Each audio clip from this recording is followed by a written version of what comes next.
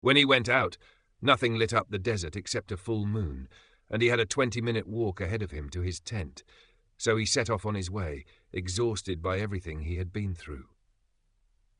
He immersed himself in the spirit of the world for a moment, and the price he might pay for that could be his very life. A big gamble, but he had already gambled much since he sold his sheep to follow his personal legend. And as the camel driver had told him, death tomorrow is just like death on any other day, for each day is created either to be lived or to depart life, and everything depends on one word, maktub. He walked on silently. He regretted nothing. If he had to die tomorrow, it would be because the will of the ruler was that the future not change. But death would come after he had crossed the strait, after he had worked in a crystal shop, after he had known the desert and the eyes of Fatima. He had lived a full life, every day since he left his country, and that was a long time ago. And if he must die tomorrow, then his eyes had seen more than other shepherds ever saw, and for that he was proud. Suddenly he heard a sound like roaring, and a gust of wind threw him to the ground with a force he had never experienced before. A cloud of sand swept the place, blocking the moonlight, and in front of his eyes a giant white horse appeared, neighing terrifyingly. He could barely understand what had happened, but when the dust cleared, he felt a fear he had never known before. Riding that horse was a man dressed in black from head to toe, leaning on his left shoulder. A falcon. He wore a turban that covered his entire face, revealing only his eyes. He looked like one of the messengers of the desert, but his overwhelming presence was unlike anything else.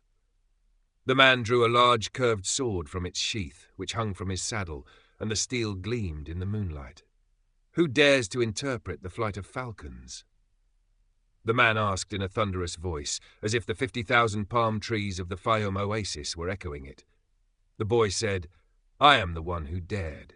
He remembered the statue of St. James, who crushed enemies beneath the hooves of his horse. It was now the same image, but the situation was completely reversed.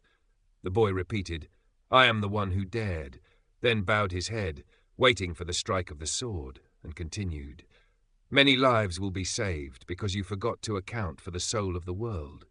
But the sword did not fall swiftly. The rider's hand descended slowly, and the tip of the blade touched the boy's forehead, so sharp it drew a drop of blood. The rider remained completely still, and so did the boy. Not even the thought of escape crossed his mind. From the depths of his heart, a strange joy overwhelmed him. He would die for his personal legend. He would die for Fatima.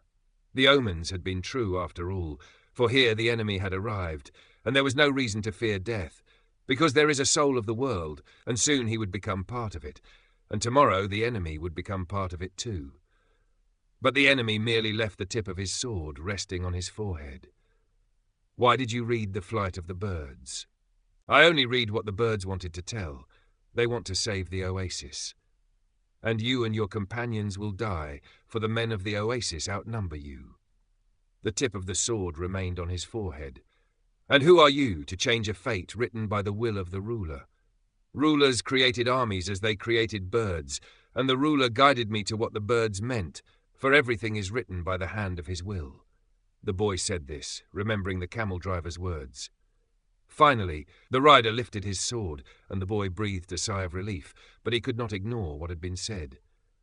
"Beware of prophecy, for when things are destined, there is no way to avoid them. All I saw was an army, and I did not see how the battle ends." The rider seemed satisfied with this answer, but he still held up his sword and asked him, "What is a stranger doing in a foreign land?"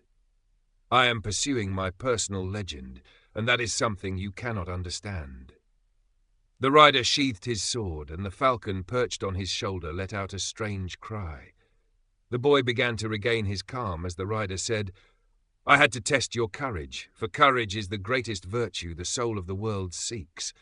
The boy was astonished, for this rider spoke of things known only to a few. The rider continued, "A man must not falter, even if he has come a long way. He must love the desert, but never give it all his trust. The desert is a trial for all men. It tests every step they take and kills those who abandon." He drifted into a daze. The rider's words reminded him of the old king, and the rider continued, "I am one of the warriors. If you manage to keep your head on your shoulders tomorrow, come see me after sunset." The same hand that had held the sword now held a whip, and the horse reared again, stirring a cloud of dust. The boy shouted as the rider was riding away, "Where do you live?" The hand holding the whip pointed southward. Thus the boy met the alchemist the following day. There were 2,000 armed men among the palm trees of Fiume, and before the sun reached its zenith, 500 warriors appeared on the horizon. The horsemen entered the oasis from the north. On the surface, it looked like a peaceful visit, but weapons were hidden under their white robes. When they reached the large tent set up in the center of the oasis, they drew their curved swords and rifles and attacked an empty tent. The men of the oasis surrounded the desert horsemen, and within half an hour, 499 corpses lay scattered on the ground. The children were at the far edge of the palm grove and saw nothing. The women prayed for their husbands under the tents and saw nothing either. If not for the bodies lying everywhere, it would have seemed like an ordinary day in the oasis. The life of one warrior was spared, the leader of the raiding party. He was brought in the evening before the tribal chiefs, who asked him why he had broken tradition. He said his men had been suffering from hunger and thirst, and worn out by the long days of war, they had decided to seize an oasis so they could resume the fight. The high chief of the tribe said he felt sorry for the warriors, but that tradition must be respected in all circumstances. The only thing that changes in the desert is the dunes, when the wind moves them. Then he sentenced the enemy leader to a shameful death. Instead of being killed by sword or bullet, he was hanged from the trunk of a dried palm tree, and his body swung in the desert wind. The tribal elder summoned the boy and gave him 50 pieces of gold, then appointed him, from that moment on, the counselor of the tribe. When the sun had completely disappeared and the first stars appeared in the sky, though they did not shine brightly because of the full moon, the boy made his way south. There was only one tent, and according to some of the Bedouins he had met, this area was said to be haunted by spirits. Still, he sat there and waited for a long time. The alchemist appeared when the moon had risen high in the sky, carrying 2 dead falcons on his shoulders. The boy said, "Here I am." "You shouldn't be here, or has your personal legend become so well known that it brought you even to this place? There is a war between the tribes, and it's impossible to cross the desert." The alchemist dismounted from his horse and gestured with his hand, inviting the boy to enter the tent. It was a tent similar to all the other ones the boy had seen in the oasis, except for the large central tent, whose richness was legendary. He looked around for the alchemist's instruments and burners, but found no trace of them. There were only a few piles of books, a small stove, and rugs decorated with mysterious symbols. The alchemist said, "Sit down, I'll prepare some tea, and we'll eat these falcons together." The boy wondered whether these were the same 2 birds he had seen the day before, but he said nothing. The alchemist lit the fire, and soon the tent was filled with the delicious smell of roasting meat, richer even than the scent of the hookah. The boy asked, "Why did you want to see me?" "Because of the omens. The wind told me you were coming and that you would need help." "No, not me. It's the other foreigner, the Englishman, who's looking for you. He has to find other things before he meets me. But he's on the right track. He has begun to contemplate the desert." "And me?" The alchemist repeated the words of the old king. "When you want something, all the universe conspires in helping you to achieve it."